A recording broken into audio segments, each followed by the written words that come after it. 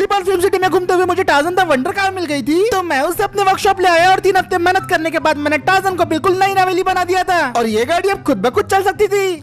अब देखा जाए तो पहले के मुकाबले मेरी जिंदगी काफी ज्यादा आसान हो चुकी थी। मैंने टार्जन को रिस्टोर तो सिर्फ अपने शौक के लिए किया था, पर मेरी रोजमर्रा की जिंदगी में ये गाड़ी इतने काम में आ जाएंगी ये तो मुझे बिल्कुल भी पता नहीं था। अब जब भी मुझे कहीं जाना होता मैं बस गाड़ी के अंदर बैठता और टार्जन को बोलता, हे टार्जन दूध और बिस्कुट लेने चलते हैं। ये बोलते ही टार्जन का ऑटोमेटिक इंजन स्टार्ट हो जाता है और टार्जन मुझे अपने डेस्टिनेशन पे लेके निकल पड़ती। टार्जन के अंदर जो मैंने सेल्फ ड्राइविंग एआई टेक्नोलॉजी लगाई है उसकी वजह से मुझे स्टीयरिंग व्हील पे 1 हफ्ते से हाथ रखने की जरूरत ही नहीं पड़ी भाई। बस मुझे इसके एआई को कमांड देना पड़ता और ये गाड़ी मुझे उसी मंजिल पे लेके चले जाती। शहर में कितना भी ज्यादा ट्रैफिक हो, लेकिन मेरे लिए वो बिल्कुल भी टेंशन नहीं था, क्योंकि टार्जन की टेक्नोलॉजी सारे के सारे ट्रैफिक को बड़े अच्छे से हैंडल करती है और कभी महसूस ही होने नहीं देती कि इसे कोई इंसान नहीं बल्कि एक एआई चला रही है। सबसे बढ़िया बात, अगर कोई पुलिस वाला मुझे पकड़ लेता है तो मेरे साथ बस यही होता है, छोकरे चल लाइसेंस बता। सर मैं तो गाड़ी चला ही नहीं रहा था, ये लाइसेंस किस बात का? मेरे माथे पे क्या सी लिखा है? तू इस गाड़ी के अंदर से उतरा है तो इसका मतलब गाड़ी भी तू ही चला रहा होगा। चल लाइसेंस बता। ये सुनने के बाद मैं उन्हें समझाता हूँ कि मेरी गाड़ी खुद ब खुद चलती है, मैं इसे नहीं चला रहा था। ठीक है बेटा, अब जेल के डंडे पे देखो खुद ब खुद पड़ेंगे, चल मेरे साथ। अब इंस्पेक्टर साहब मुझ पे काफी गुस्सा हो गए थे, तो मैं उन्हें दिखाई देता हूँ कि मेरी गाड़ी खुद ब खुद चलती है। मैं इंस्पेक्टर साहब के बाजू में आके खड़े हो जाता हूँ, टार्जन को बोलता हूँ, हे टार्जन जाओ जाके एक चक्कर लगा के आओ।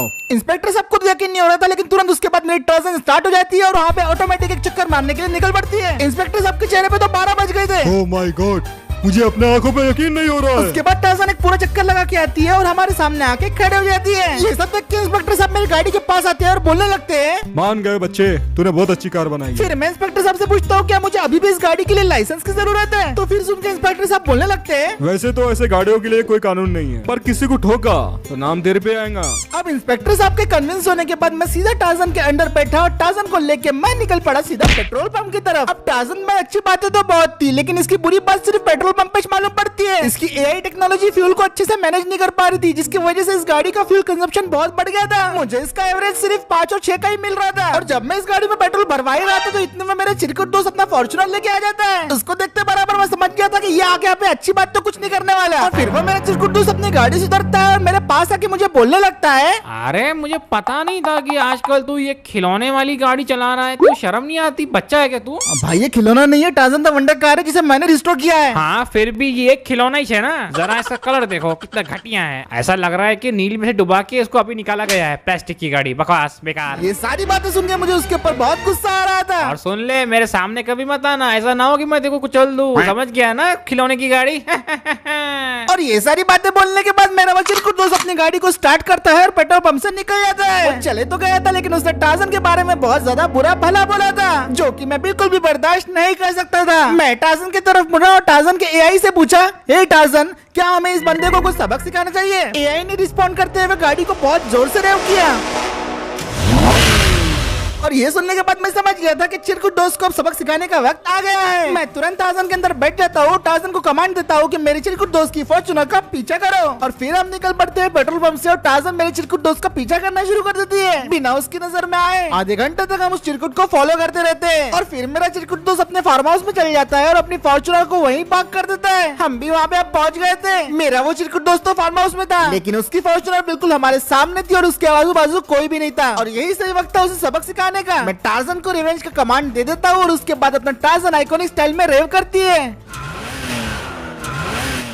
इतना करने के बाद सीधा टार्जन जाने लगती है मेरे चिरकुट दोस्त के फॉर्च्यूनर की तरफ, और वो फॉर्च्यूनर को धक्का देना शुरू कर देती है। टार्जन फॉर्च्यूनर को पुश करने की पूरी कोशिश कर रही थी, लेकिन फॉर्च्यूनर भी जगह से हिलने का नाम नहीं ले रही थी। मैं टार्जन को बोलता हूँ कि अपनी फुल पावर इस्तेमाल करो, और वो ऐसा ही करती है। वो एक जोरदार धक्का मारती है, जिसकी वजह से फॉर्च्यूनर सीधा नीचे नदी में जा गिरती है। अब इस चिरकुट की फॉर्च्यूनर पानी में तैर रही थी, और अब मुझे लग रहा था कि भाई मैंने इसे सबक सिखा दिया है, और इससे पहले हमें कोई देख लेगा टार्जन फटाक से अपना यूटर्न मारती है और वहाँ से निकल पड़ती है। अब मेरा वो चिरकुट दोस्त मुझे हल्के में लेने से पहले 100 बार सोचेगा। सबक तो मैंने उसे सिखा दिया था, लेकिन अभी मुझे बहुत नींद आ रही थी। मैं टार्जन को घर चलने के लिए बोल देता हूँ, टार्जन आराम से मुझे अपने घर वापस ले आती है। टार्जन तो गैरेज में खुद से पार्क भी हो जाती थी। टार्जन पार्क होने के बाद मैं सीधा अपने घर में आ गया और भाई फटाक से बिना कुछ खाए पिए सीधा सोने के लिए चला गया, क्योंकि यार मुझे बहुत नींद आ रही थी। अब मैंने बहुत सारा काम भी करना था कल। अब जब मेरी नींद लगने वाली थी, अचानक से मुझे किचन से कुछ आवाजें आने लगी। मुझे लगा कोई कुत्ता या बिल्ली मेरे घर में घुसा है, तो मैं चेक करने के लिए किचन की तरफ चल पड़ा। समझ में आ गया था कि वहाँ पे कोई ना कोई तो है। मैं उसे बोलता हूँ कि भाई तू जो भी है बाहर आ जा वरना तुझे बहुत मारूंगा। मेरे इतने बोलते ही वहाँ से एक आवाज आती है और दरवाजे के पीछे से निकल के आता है जलपरा और मुझे देख के वो बोलने लगता है, अरे बच्चे तुझे क्या हुआ? लगता है तो आज मुझे देख के खुश नहीं है। जलपरे को देख के मैं उसे पूछता हूँ कि आप मेरे घर में यहाँ पे क्या करने आए हो? तो वो मेरे पास आता है और मुझे बोलने लगता है, अरे बच्चे लगता है तू अपना वादा भूल गया है। मैं जलपरे से बोलता हूँ मैंने कौन सा वादा कर दिया तुमसे? अरे बच्चे लगता है तू सब भूल गया है। मैंने तुझे टाइम ट्रैवल करवाया था और उसके बदले मैंने तुझसे तेरा एक दिन मांगा था। पर मैं जलपरे को बोलता हूँ कि मैंने ना कोई टाइम चेंज किया और ना ही मेरे पास मेरी हायाबुसा है। तो वो मुझसे बोलने लगता है, बच्चे इससे मेरा कोई लेना देना नहीं है, मुझे बस तेरा एक दिन चाहिए जो कि मैं लेके रहूंगा और तू इसके लिए मना नहीं कर सकता। न बोलते मेरे आसपास पूरा मैजिकल स्मोक आ जाता है और जैसे ही मैजिकल स्मोक हटता है तो मैं देखता हूँ कि मुझे जलपरे ने कोई दूसरी जगह पे टेलीपोर्ट कर दिया तो है। जैसे कि मैंने बोला था बच्चे मुझे तेरा एक दिन चाहिए। अभी तुझे मेरा सबसे बड़ा चैलेंज कंप्लीट करना ही होगा। अगर तू ये चैलेंज कंप्लीट कर देता है तो मैं तुझे बहुत सारा इनाम दूंगा। जलपरे की बात सुन के मैं बोलता हूँ कि ये चैलेंज कर करके मैं थक चुका हूँ और मुझे अब एक और चैलेंज में हिस्सा नहीं लेना। तुझे मेरी बात माननी पड़ेगी। अगर तू मेरी बात नहीं मानता है तो मैं तुझे यहाँ से उठा के खाई में फेंक दूंगा। जरा अपने नीचे देख। और फिर मुझे पता चलता है कि मैं कितने ज्यादा ऊपर हूँ। अगर मैं यहाँ से गिर जाता हूँ तो मैं सीधा ऊपर जाऊंगा। अपनी जान बचाने के लिए मैं जलपरे को बोलता हूँ मैं चैलेंज कंप्लीट कर लूंगा। जलपरा मेरी बात सुन के बहुत खुश होता है पर मैं बोलता हूँ यहाँ पे तो कोई कार ही नहीं है, मैं चैलेंज कैसे कंप्लीट करूंगा? ये सुन के यहाँ पे जलपरा जादुई मंत्र बोलता है और उसके बाद मेरी स्कॉर्पियो S11 क्लासिक जिसे मैंने रिस्टोर किया था वो वहाँ पे आ जाती है। जलपरा मुझे बोलता है कि तू अपनी इस गाड़ी से इस चैलेंज में हिस्सा लेने वाला है। मुझे स्कॉर्पियो को दांव पे लगाने का कोई भी शौक नहीं था पर मैं जलपरे की बात मान जाता हूँ और उसके बाद मैं अपनी स्कॉर्पियो की तरफ निकल पड़ता हूँ और गाड़ी के अंदर बैठ जाता हूँ। और फिर स्टार्टिंग लाइन के पास जलपरा आके खड़ा हो जाता है और मुझे बोलने लगता है, बच्चे किसी भी कीमत पे चैलेंज कंप्लीट कर लेना। इस चैलेंज में तेरी गाड़ी को हो सकता है डैमेज आए पर चैलेंज खत्म होने से पहले बस रिपेयर बोल देना, तेरी गाड़ी रिपेयर हो जाएगी। और किसी भी कीमत पे ट्रैक से गिरना मत और चैलेंज शुरू। इतना बोलते ही चैलेंज शुरू रहता है। मैं अपनी गाड़ी लेके वहाँ से निकल पड़ता हूँ। मेरे पहले पड़ाव में मेरे रास्ते में काफी सारे फुटबॉल्स और बॉलिंग बॉल थे। स्टार्टिंग में मुझे चैलेंज काफी ज्यादा इजी लग रहा था तो मैं इस सारे बॉल्स को आराम से डॉच कर लेता हूँ और अपनी गाड़ी को सक्सेसफुली उस जगह से निकलवा लेता हूँ। लेकिन पहला पड़ाव पार करने के बाद मुझे पता चलता है कि भाई ये जो चैलेंज है उतना आसान नहीं जितना मैं सोच रहा हूँ। दूसरे पड़ाव में घूमते हुए शिकंजे थे और इनसे अगर मेरी गाड़ी टकरा जाती तो मुझे बहुत भारी नुकसान होता। मैं आहिस्ता आहिस्ता अपनी गाड़ी को यहाँ से निकालने की कोशिश करता हूँ लेकिन जिस बात का डर था वही होता है और मेरी गाड़ी पहली बार शिकंजे में आ जाती है। जैसी गाड़ी शिकंजे से टच हुई उससे बहुत जोर का डैमेज लगता है और गाड़ी पूरी तरीके से उछल जाती है। बड़ी मुश्किल से मेरी गाड़ी को मैं संभाल लेता हूँ और उसके बाद मैं आगे के रास्ते के लिए निकल पड़ता हूँ। अब रास्ते में ऐसे कई सारे ट्रैप्स थे लेकिन इस बार मैं गलतियों से सीखता हूँ और उसके बाद मैं सारे ट्रैप्स को आसानी से पार कर लेता हूँ। लेकिन तीसरे पड़ाव के रास्ते में मुझे और भी ज्यादा ट्रैप्स और शिकंजे मिल जाते हैं। एक एक कदम पे सावधानी बरतते हुए मैं हर एक ट्रैप को पार कर लेता हूँ और अब मुझे थोड़ा कॉन्फिडेंस आ गया था। मैं बिल्कुल स्पीड में ट्रैप से बच जा रहा था लेकिन तीसरे पड़ाव के एंड में कुछ ऐसा था जिसको देख के मैं बहुत बुरी तरीके से डर गया था। यहाँ पे थी एक एक्सट्रीम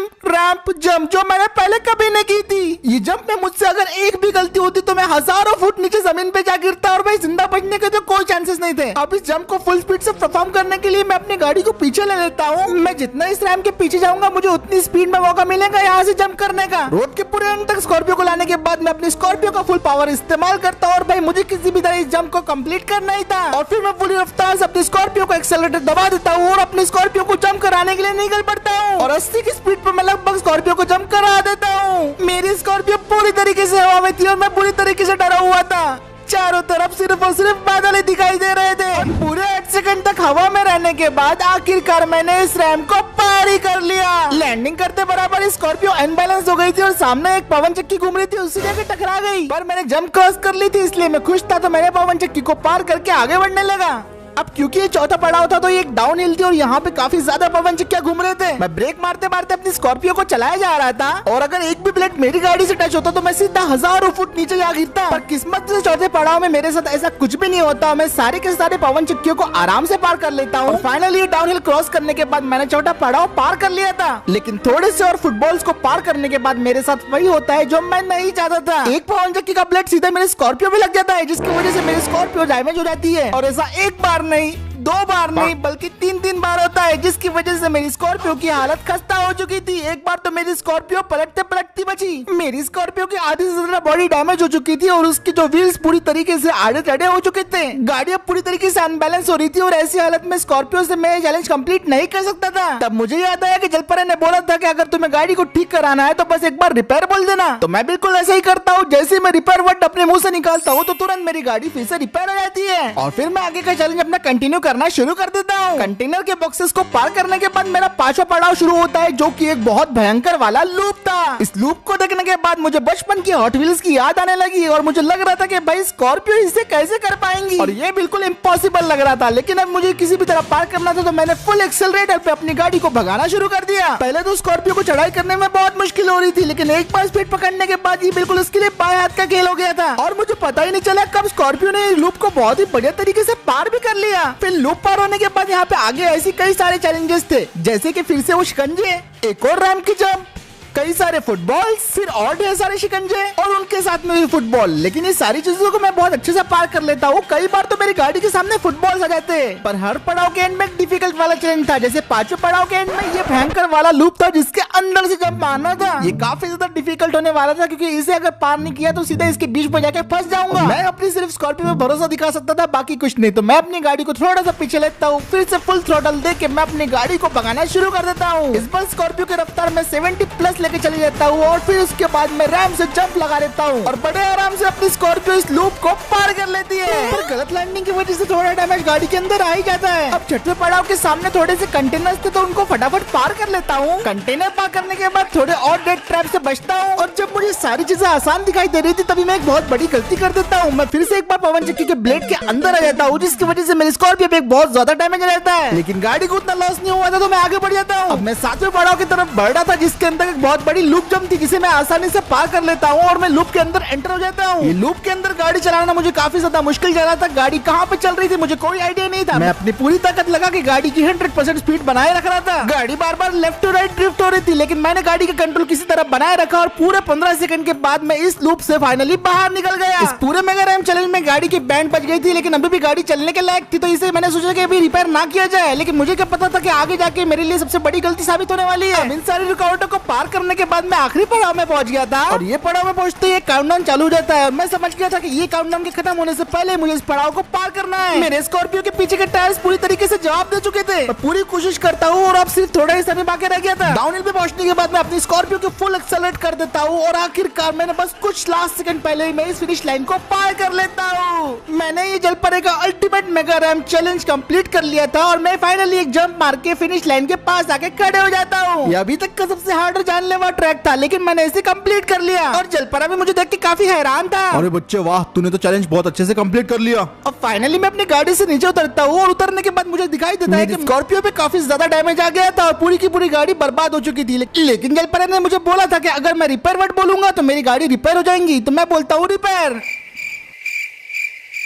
ने कई बार रिपेयर बोला, लेकिन गाड़ी पहले की जैसी मेरी रिपेयर नहीं हुई। तो मैं जलपरे से पूछता हूँ कि भाई ये क्या है, मेरी गाड़ी रिपेयर क्यों नहीं हो रही है? अरे बच्चे, असल में लगता है तू मैंने जो बोला वो भूल ही गया है। मैंने कहा था तू चैलेंज के दौरान अपनी गाड़ी को कितनी बार भी रिपेयर कर सकता है। और ये बात सुनने के बाद मुझे रियलाइज हुआ कि मैंने कितनी बड़ी गलती कर दी है। तुम्हें अपनी गाड़ी को तभी रिपेयर कर लेना चाहिए था जब तुम्हारा चैलेंज चालू था। अब जबकि तुमने चैलेंज को पूरा कर लिया है, ये गाड़ी जैसी है वैसी ही रहेंगी। इस सारी बातें सुन के मेरा दिमाग खराब हो गया था और इससे पहले कि मैं कुछ बोल पाता, जलपरा फिर से अपना मैजिकल स्मोक ले आता है और मुझे अपने घर में टेलीपोर्ट कर देता है। मैं सही सलामत अपने घर में वापस तो आ गया था, लेकिन मेरी स्कॉर्पियो बुरी तरीके से बर्बाद हो चुकी थी। इसे रिपेयर करने के लिए मेरे पास बिल्कुल भी फंड्स नहीं थे और ना ही मेरे पास इसके लिए नए पार्ट्स थे, क्योंकि मोस्ट ऑफ द पैसा मैंने टार्जन के ऊपर खर्चा कर दिया था और अब बिल्कुल भी समझ में नहीं आ रहा था क्या किया जाए। मैंने बड़ी मेहनत से स्कॉर्पियो को रिस्टोर किया था, लेकिन इसका ऐसा हाल देख के मुझे काफी ज्यादा दुख हो रहा था। अब कोई ना कोई तो ऐसा जुगाड़ करना ही होगा जिसकी वजह से मेरी स्कॉर्पियो पहले की जैसी हो जाए।